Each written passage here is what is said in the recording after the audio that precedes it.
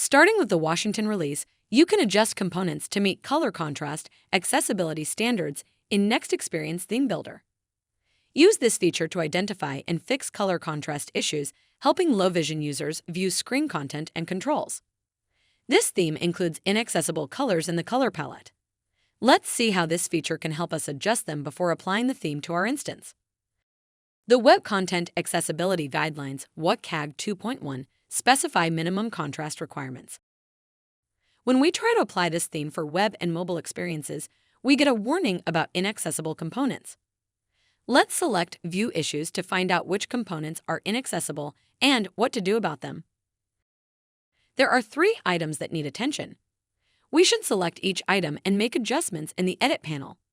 For example, it looks like one of the button bear components has color contrast issues, and we should look at the Accessibility section in the Edit panel for more information.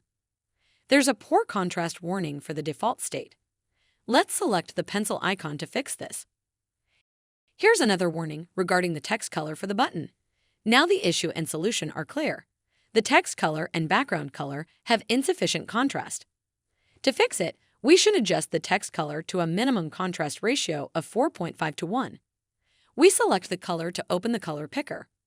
From here, we can choose a text color with a better contrast ratio. By default, all color choices in the My Colors tab are displayed, but not all of them will be accessible. You can turn on Hide Inaccessible Choices to remove colors that will cause contrast issues for the specified text color and background. We'll pick this dark gray.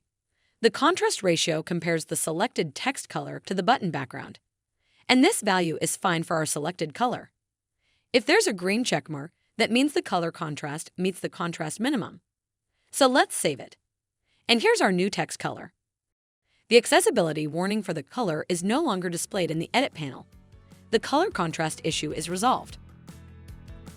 To learn more, see our product documentation or knowledge base, or ask a question in the ServiceNow community.